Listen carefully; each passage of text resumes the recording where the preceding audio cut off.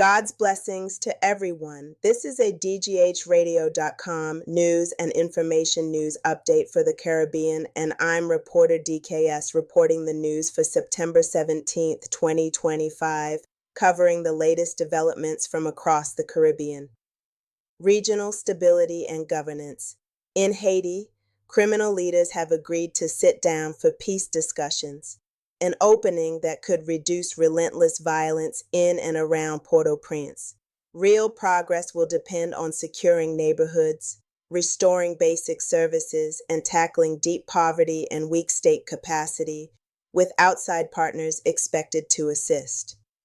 The United States has again listed Jamaica, the Bahamas, Belize, and Haiti as major drug transit or production points. The designation guides cooperation on interdiction, financial crimes, and institution building. Caribbean officials stress the region's role as both transit route and victim of global demand, calling for better Coast Guard capacity, radar coverage, data sharing, and youth programs.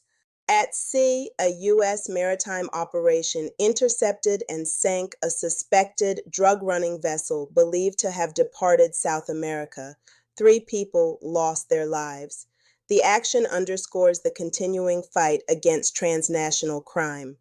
Across diplomacy, CARICOM strongly criticized a military strike that hit targets in Qatar, urging restraint and respect for sovereignty in the Middle East, principles small states rely on. In Cuba, authorities unveiled new steps to manage a severe economic crunch, more space for private small and medium-sized enterprises, plus incentives for foreign investment in food production and renewable energy. The aim is to cut costly imports, improve state sector efficiency, and stabilize daily life, changes that could influence migration and regional dynamics.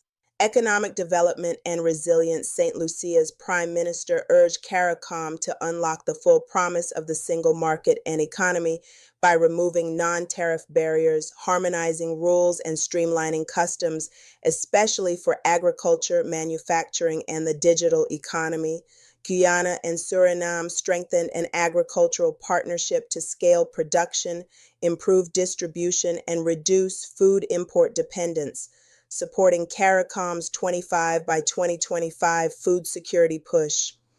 The Eastern Caribbean Central Bank widened its DCash pilot, bringing more banks, businesses, and consumers into the digital payment system to boost inclusion, efficiency, and transparency, keeping the Eastern Caribbean at the forefront of central bank digital currency experiments. Trinidad and Tobago welcomed fresh multi-million-dollar investments in offshore exploration.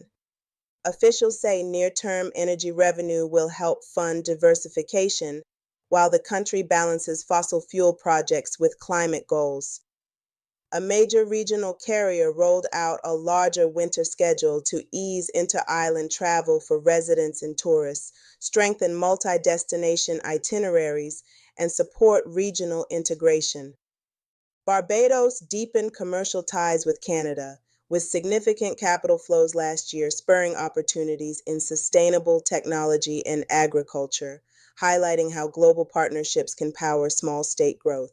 Environment and climate. Barbados will host a high-level climate and development gathering in November, spotlighting the needs of small island developing states and advancing financing ideas linked to the Bridgetown Initiative to reform global financial systems for climate-vulnerable nations. Meanwhile, a heavy influx of sargassum continues to foul beaches, strain marine ecosystems, and burden island budgets with cleanup costs, an ongoing example of environmental change affecting tourism and coastal livelihoods. The Cayman Islands are intensifying mosquito control messaging and field operations amid regional spikes in dengue, Zika, and chikungunya.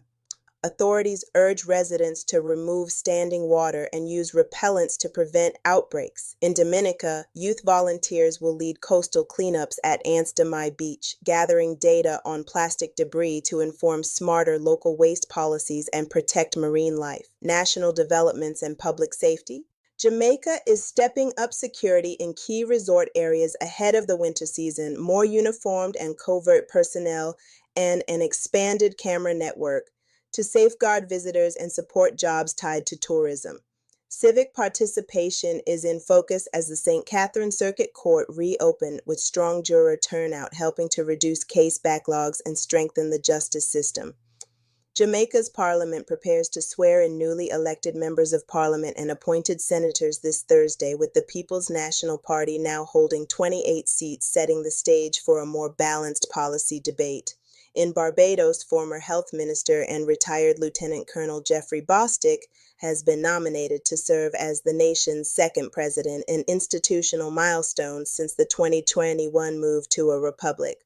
Barbados is also confronting tensions after a deadly police-involved shooting along Cave Hill Main Road.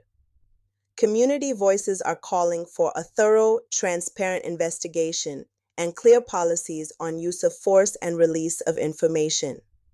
Trinidad and Tobago's Chief Justice, Ivor Archie, announced an early retirement, creating an opening to accelerate court modernization and case management reforms. Back in Jamaica, Falmouth market vendors continue to press for basic facility upgrades, reliable water and sanitation, critical for commerce in a cruise-dependent town. In Antigua and Barbuda, police are probing alleged vehicle import fraud. Residents are urged to verify brokers and use escrow or stage payments. Opposition leaders in Antigua also criticized delays in rolling out a promised nationwide CCTV network, asking for a transparent schedule, costs, and independent oversight to ensure value and protect civil liberties. Social and cultural highlights.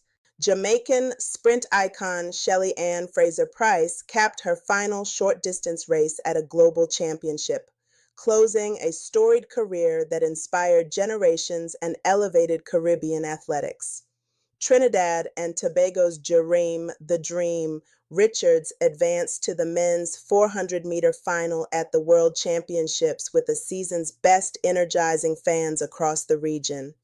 And the new legal year in parts of the Caribbean opened with an inclusive, multi-faith service and commitments from judicial leaders to improve access and efficiency, signaling unity and reform. These and other issues are of great concern within the islands. What do you think are some good solutions? Let us know your thoughts by texting your comments to 1-315-898-1449. You can also join our WhatsApp group and get the news, weather, and other insightful information delivered right to your smartphone. To join, text JOIN to 1-315-898-1449. Please include your name in the text message. You will receive a call to verify your request. I'm your reporter, DKS, signing off for DGHradio.com. Remember DKS and DGH, together we dream kindly, speak deeply, and give hope, because on DGHradio.com, the news never sleeps. Goodbye for now. Ciao.